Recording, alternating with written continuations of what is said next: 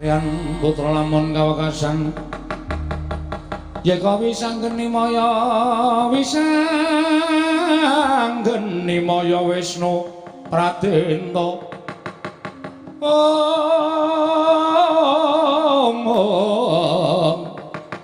wisanggeni maya Wisnu Pradenta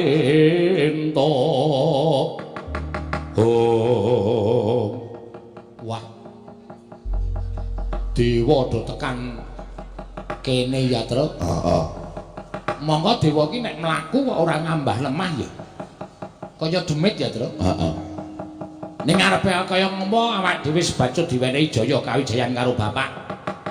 Nglabuhi karo celeng gudiken iki.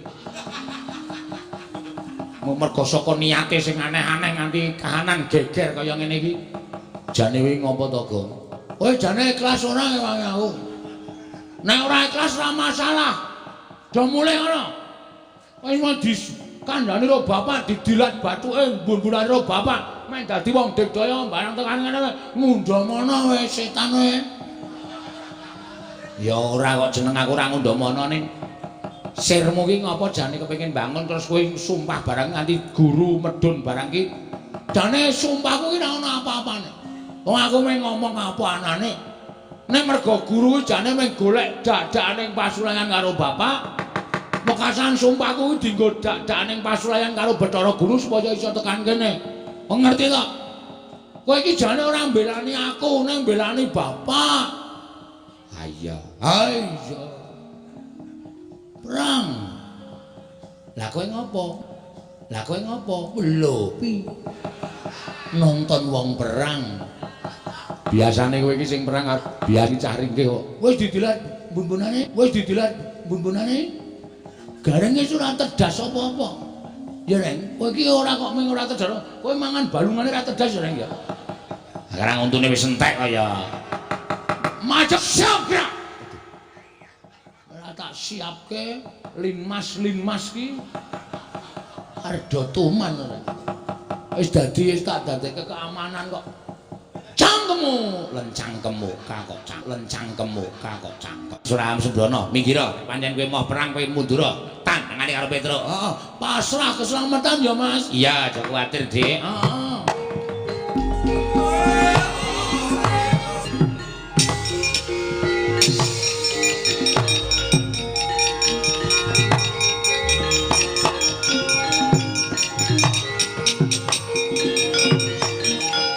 Nututi lamun katututan lamun mangsa prawira diktaya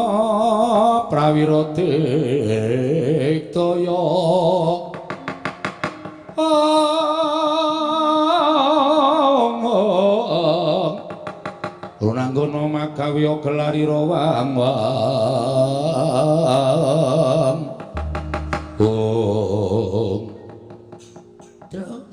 iki dewa kok. Ayo. Dewa tenan? Dewa iki jare gedhe tur dawa. Ayo. Sing ngarep iki kok cendhik. Omong ngono kuwi gumantung wong-wongane kok. Sing ngarep iki ya dewa. Sapa kuwi? Bathara Penyarian. Oh pacare. Utuh. Bathara Penyarian. Kewajibane nyatet neng kayangan. Mula kok ngendi-endi ballpoint. Ayo. Sing tengah kae kowe tepung ora terus ngerti no. Nderekke sapa-sapa tau ketemu karo dewa, nderekke Ndara Janaka ketemu karo dewa. Sing ora kae Bathara Brahma. Dewaning geni. Jane wis sampe wis surut ning sing mburi dhewe kok ora imbang ya. Ora imbang piye? Ngarep ro ngarep, cilik musuh cilik, dhuwur musuh dhuwur. Aku kok malah entuk gedhe. Monggo musuhmu bahaya dhewe kae kok. Ae sapa iki? Bathara Yama Dipati. Wajibane njabut nyawa. Edan. Aku dadi aku untung musuh tukang njabut nyawa. Ha wis karepmu iki pokoke jodone dhewe-dhewe. Yen ora sanggup catut. Nah. Hartaku kok nyatut untune Yama Dipati. Dheke sandurunge njabut nyawaku jabut sik. Monggo ku njabut ngeget. Lah iya. Mesti langsung utus kowe. Wis senengane nek dikeplak mbales e. Mbales mestaka e. Kula ngaturaken bati kula kunjuk pukulun. Nala garing tak tampa. Pangestuku tampanono. Nun inggih. Bathara penyarian kula ngaturaken bekti kula kunjuk. Petruk tak tampa pangestuku tampanono. Pak Carik bekti kula. Bagong tak tampa pangestuku tampanono. Pukulun Bathara Brahma bekti kula, ya Loro Garing ulun tampa. Bathara Brahma bekti kula, ya Petruk ulun tampa. Bathara Brahma. Hah? Brahma ora Grama. Bathara Brahma bekti kula katur, ya Bagong tak tampa. Pukulun Yamadipati bekti kula, ya Garing tak tampa. Bathara Yamadipati bekti kula, ya Petruk tak tampa. Yamadipati bekti kula, ya Bagong tak tampa. Ora ngecer. Wajabun ya wajabut untukmu. Wonten menapa pukulun? Nala Garing pripun? Aku entuk jawing wang pikulun Jatimurti. Ya pepundhenku. Nggih. Kinan bondo karo Bagong, merga Bagong keluputan. Wani ngucapake sumpah nganti gawe gegering Kayiwangan Suralaya. Mula wektu dina iki Bagong bakal tak bondo, tak unggah ning kayangan, tak cemplungke ning Kawah Candradimukha. Ayo ndi Bagong? Kaya jempalange karo ping Bathara Penyarian. Aku nganti Kakang Pulun Bathara Brahma lan Kakang Pulun Bathara Yamadewati. Yen kowe puguh ora menehake Bagong aja takon dosa. Kowe ngerti? Pukulan Bathara Brahma kuwi dewaning geni. Keduga bakal ngobong desane Bagong nganti ludes keles tanpa sisa Nala Garing. Setyaki tinunun waduh. Gadanira wirang tumandang. Ben terus. Setyaniku garwan wira.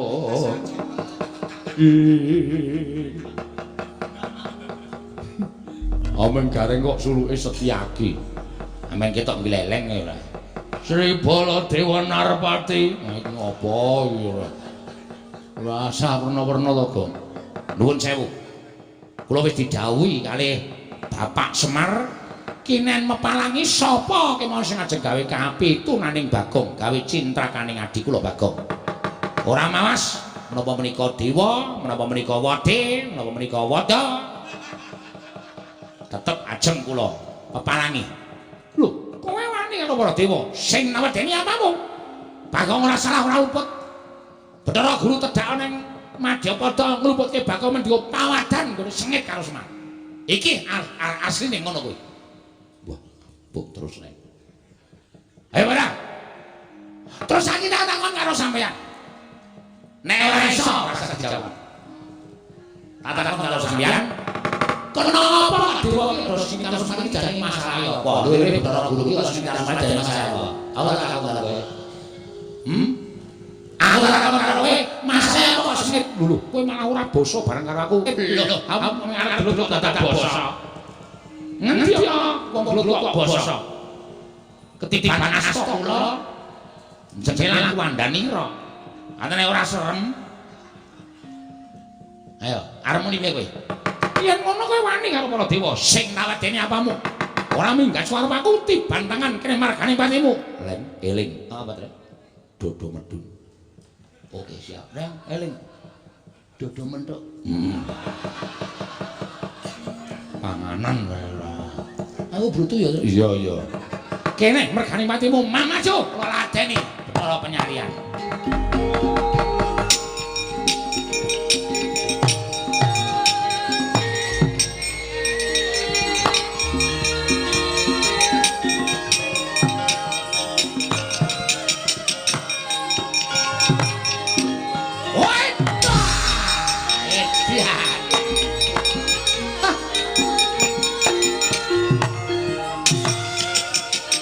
Abdi, wes ora. Oh,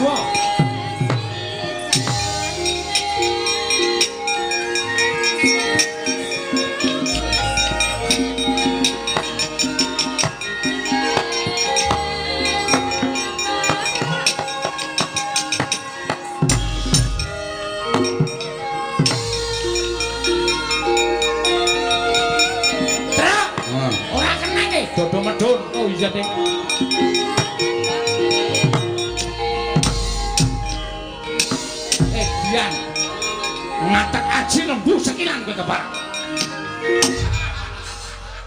Ngapa kowe muda kowe? Bingung aku terus. Musuh dewa doyak terus gregeten tak plotroke kathokku. Jarene wong tuwa iki nek musuh bangsa alus ngono kuwi iki jare kon budal. Diunjukke sik, diunjukke. Kaya apik-apik kok. Kok kaya kutuk to, kutuk ndasmu. Mangkel. Ben, nganu aku ora entuk kesempatan ngantem e. Ya mau dipati nganti giloro bakok. Wong edan. Wah, wis kacokan. Dewa kok ditontoni kaya ngono. Ayo, kowe ora gelem lu tak boyo neng kayangan, jabut nyawamu sukmamu sing tak Gong, ora wis didilat. Bapak nang bun-bun to. Jajal nggo ngetes ampuh apa ora. Oh iya, Dik. Ayo jabute nyawamu. Oh, lakon mati. Ayo tak slenggarake regane nang kene ku, Dra. Santai wae wis didilat bapak.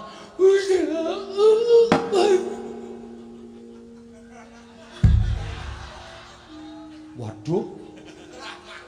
Modar. Hilang nyawamu. Gong, lho kok wangsulan? Pet-petan ndasku. Iso tangira? Iso. Lho. Iso omong. Iso nyawane papat e. Lho. Weh, latara. Kowe jabut aku ora mati, tak jabut kedaduk.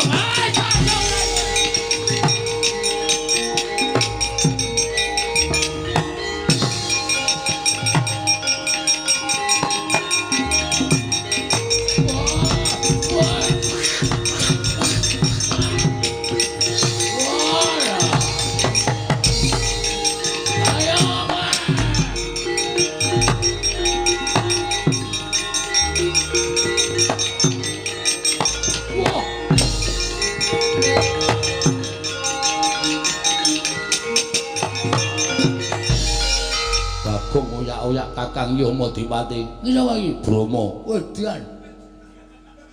Kowe Brama? Iya. Berarti sesuk ning radio-radio kae. Dudu. Brama Kumbara? Udu. Adimu ndi? Sapa? Mendili. Mandili.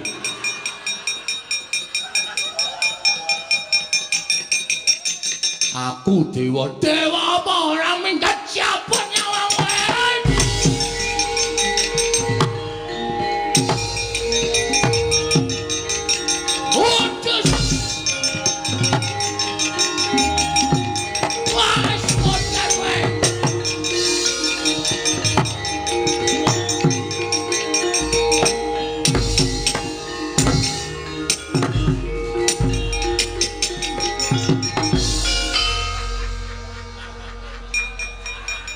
Aku nek ngamuk mataku lamur kok ya. Petruk sing kok jabut. Sarae mendono. Ngawur ngene ora. Iya, cuman ibaleke nyawane.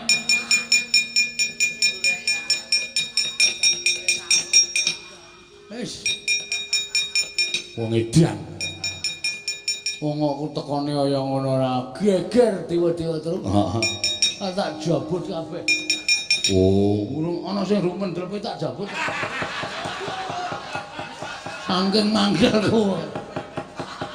Ha iya. Apa ya kowe tenan ora ngono ndadewane aja ora sangep enake dhewe kok. Ha iya. Piye nang ngene iki? Wah, Gong. Hah? Ora pangling ae. Sapa? Iwang Pikulun Bathara Guru.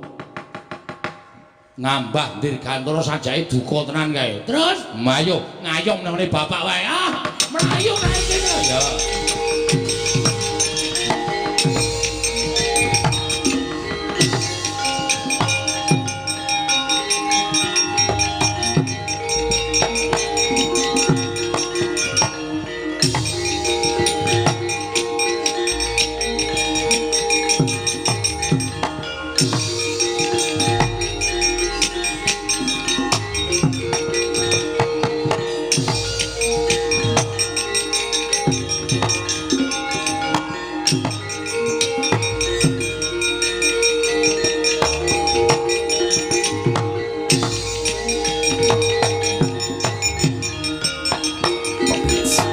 story unfolds, a dance of freedom and stone echoing through the ages.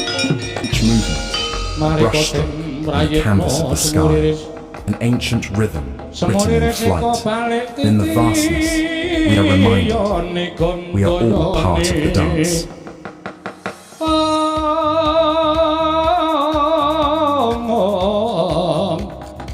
You have opened a door you can't close. Gilar-gilaran ning tengah latar.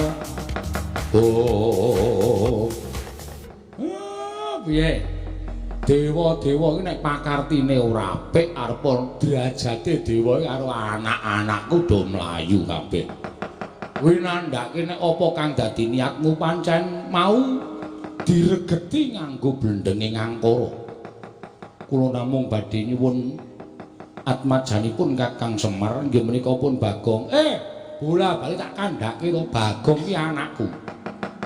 Lah nek kowe arep mboyong karo Bagong aku mesti ora entuk wong nyatane keluputane Bagong ora iso dibuktekke kanthi nyata. Nanging Bagong sampun kalepatan sak mangke badhe lebetaken wonten ing kawah. Kowe iki pancen ngengkel. Saiki ngene. Nek pancen kowe duwe niat mboyong karo anakku Bagong lan ora iso dindakake apa kang dadi niatmu. Coba tak tanting kira-kira kowe cocok ora? Menapa ngenipun Kakang Ismaya? Nek Bagong anakku iki diwakili aku, kowe seneng ora? Panjenengan menika guyon, aja ngapusi karo atimu. Nek diwakili Semar kowe gelem ora? Menawi Kakang Semar ikhlas kula purun. Mesti gelem wong niate ya kuwi sing tok jangka ya ta. Niate ya kuwi sing tok jangka, ning sing tok nggo alesan anakku Bagong. Pak, warna ndi, Pak? Sing nukokke semen sapa, Pak? Wis ben nggih wae wong iki bapak iki mbelani kowe lho. Tetep dinten menika dados ijolipun Bagong kula boyong dateng Kayuwangan. Apa ora gelem? Iki anakku sing tak tresnani, sing jeneng wong tuwa ki natohke nyawa kanggo anake nek perlu apa wae ditotohke aku ora bakal owel. Pukulun bapak nek saged kula ya ngijoli karo uripe Bagong. Lho gareng ora sah. Wis ben ane adikku. Bapak wae sing lenggah ning omah, aku sing dadi ijole. Karaku ya ning anak aja trik cilik. Aja wis aku wae. Aja karaku sisan. Wong iki wong loro sisan. Kowe iki jane nek aku mati seneng to, Gong? Bahagia.